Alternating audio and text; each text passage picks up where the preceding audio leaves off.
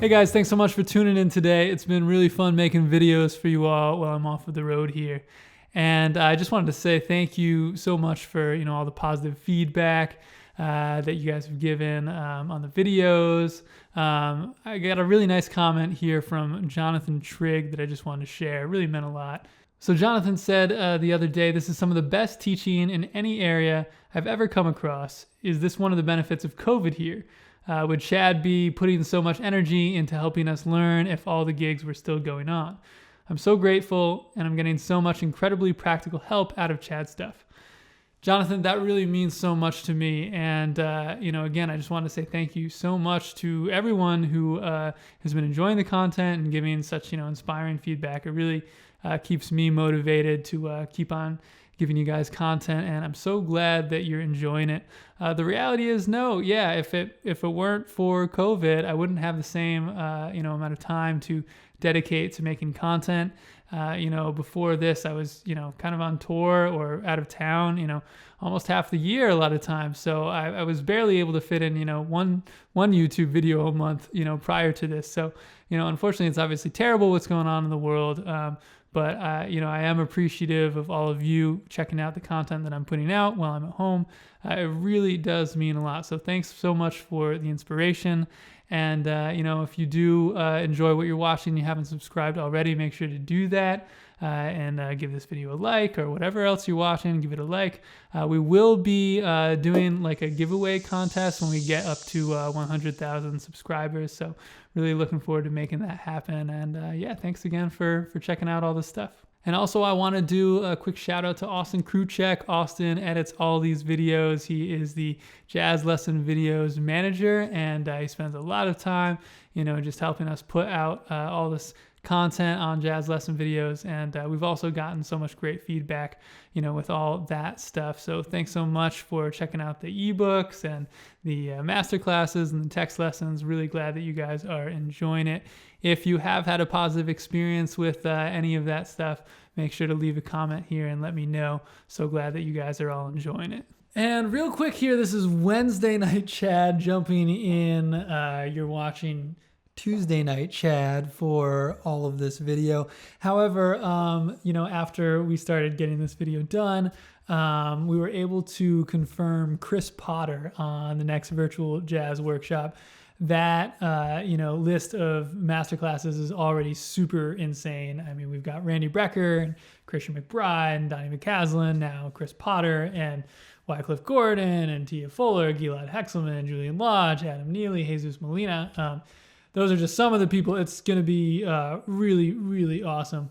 I'm going to talk about the workshop a little bit more later on in this video, but just want to let you guys know because we are close to selling out. So just make sure to book now before it's too late. And if you do want to check that out, just make sure to use coupon code JLV100 for $100 off the full access pass. And that full access pass does include 30 days of unlimited streaming access. So if you do want to review the content later or just watch it at your own convenience throughout the month, you will be able to do so. So this is going to be a really inspiring experience, I know, for everyone who joins us. So hope to have you there.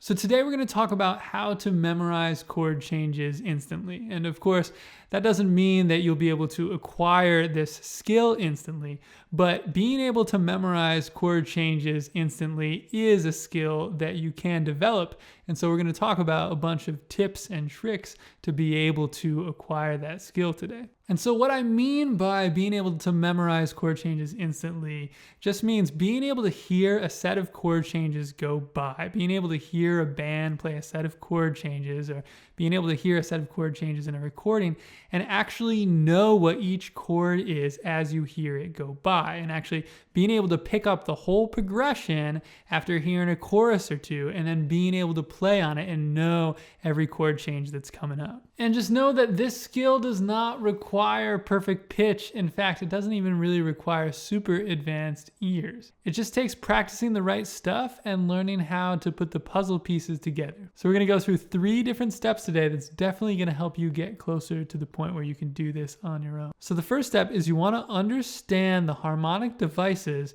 that are used throughout the song form. So you want to understand how each chord progression works. There are only so many harmonic devices that you're going to end up encountering in jazz, and even beyond jazz and other genres, there are only so many types of chord progressions and harmonic devices used in song forms. There's a lot of recycled material, in other words. So whatever set of chord changes that you're learning currently, it's highly likely that it's going to be using harmonic devices that are used on all sorts of other standards. You'll just find that the other standards might use the same changes in a different key or with its own harmonic rhythm or pacing. So for example, check out the first few bars of Confirmation compared to the first few bars of There Will Never Be Another You. Now, this might not seem that similar, but both of these songs are starting with the same exact harmonic device. So for instance, you'll see in Confirmation, the first few chords are F major 7, E half diminished 7, A7 flat 9, and then D minor 7. This is what we would label as 1 major, followed by a minor 2/5 to the 6 minor. Essentially, that just means that we're going to take the 6 of F major, which is D minor 7, and we're going to get there through a minor 2/5 of that D minor 7. That all sounds like this.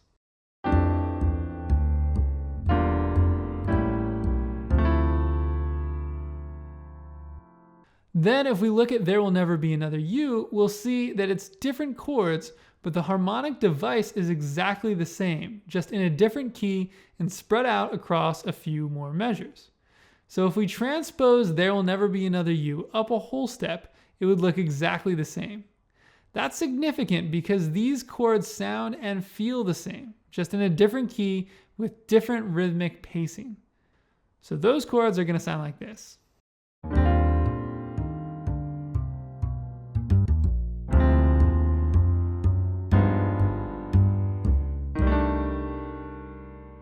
So if we were to just say all the chords we have to learn as their chord names, then we would have to say E flat major 7, D half diminished 7, G7 flat 9, C minor 7, which is way less helpful than just knowing, oh, it's 1 major and then a minor 2/5 to the 6 minor.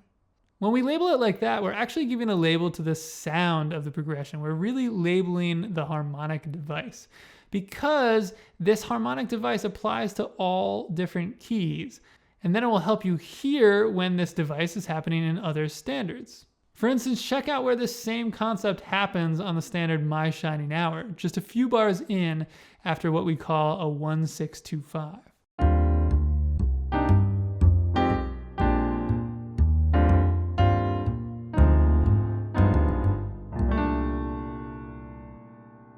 There are actually not that many different harmonic devices that we need to learn in jazz. And so when you learn about how they work and how they sound, it makes it so you can actually learn these sets of chord changes very quickly because you're so familiar with all these harmonic devices. So then not only will you be able to memorize the chord changes of the songs that you're learning, you'll actually be able to learn the chord changes just as you hear the song. Because when you understand all these different devices, it's just a matter of putting the pieces of the puzzle all together. Because then you know how all the pieces of the puzzle work, you're just listening for where you're going to place them. So that's why understanding harmonic devices is really important. And so before we go on to step 2, which is going to be root rhythms, and that's going to be all about bass motion, I just wanted to mention, I will be doing a full masterclass on this whole topic at the Virtual Jazz Workshop in just a few weeks. And at that session, I'll be analyzing 10 harmonic devices that are absolutely essential. And we're going to talk about how to put all those pieces of the puzzle together. We're also going to give out a supplementary PDF to that masterclass. And we're going to give away a free ebook of standard analysis to all the attendees of this workshop. And that PDF gives harmonic functions like this on 50 jazz standards. Now we're almost sold out on that workshop, so if you do want to attend and join us, just make sure to check it out now before it's too late. There is a link in the description of this video, and if you want to use code JLV100, you can get $100 off the full access pass. With that, you'll get access to all 20 live masterclasses plus 30 days of unlimited streaming access, so you can watch later or even review the content whenever it's convenient for you. There's going to be so much valuable information given at these masterclasses, and the schedule is really incredible. We've got classes like music composition with Randy Brecker. Can't wait to ask him about tunes like Some Skunk Funk with the Brecker Brothers. There's also going to be soloing techniques with Gilad Hexelman, internalizing jazz language with Wycliffe Gordon, intervallic techniques with Donnie McCaslin, who I used to study with, developing ideas with Tia Fuller, ensemble arranging with Stephen Feifke, and that's just some of the sessions that we'll be presenting. Plus, I will be hosting every masterclass at the workshop myself just to make sure that you can get all the information you can out of these world-class artists. So now that we've gone over the harmonic devices a bit, now let's talk about root rhythms. So with root rhythms, it's all about the bass. Now, ultimately, you want this step to evolve into chord tone rhythms, which is going to be something that we're going to get into at the workshop for sure. But the first part of this technique is just being able to play a consistent rhythm using the roots of each chord. And even if you're an advanced player with a lot of technical facility, you might be surprised how beneficial this exercise will be for you. So usually what you want to do is pick one consistent rhythm for when the chord stays the same throughout the whole measure, and then one consistent rhythm for whenever there are 2 chords per measure. So if we were to do that on confirmation, it would sound like this.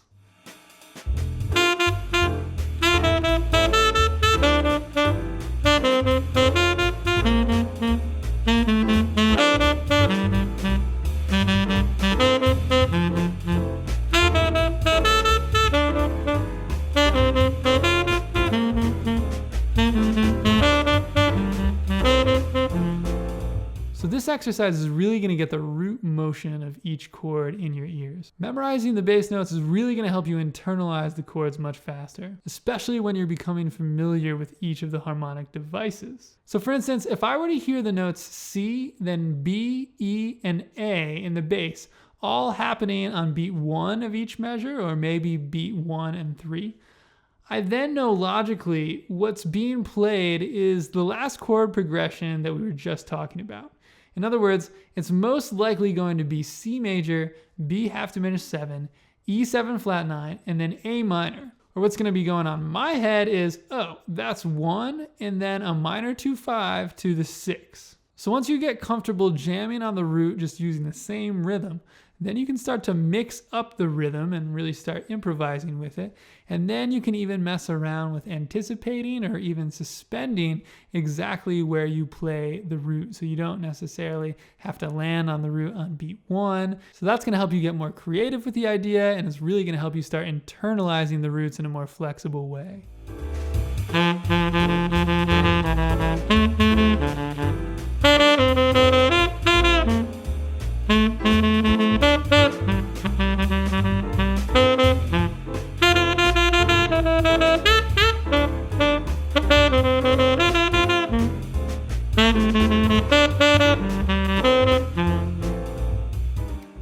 Beyond that, then you want to start adding in chord tones, which again is going to be something that we talk about at the Virtual Jazz Workshop. That would sound like this.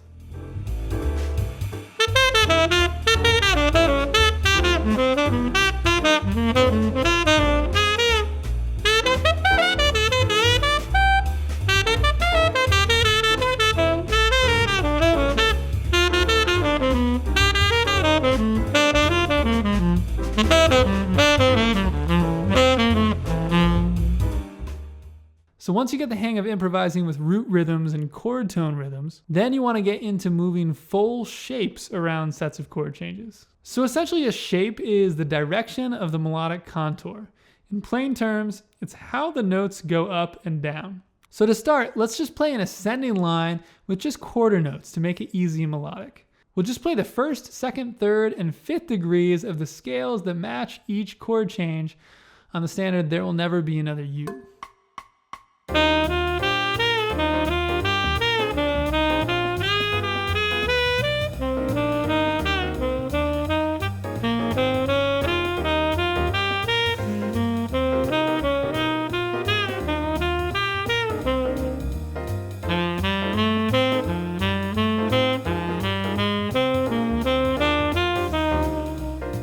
And then after you get the hang of that, you want to try the same type of thing with eighth notes. So we don't need to do the exact same degrees here for every note. We just want to get the general shape. So sometimes I'll play 1, 2, 3, 6, 5, 3, 1 on a chord. And sometimes I'll play a variation of that, like 1, 2, 3, 5, 4, 3, 1. But the direction will always be the same.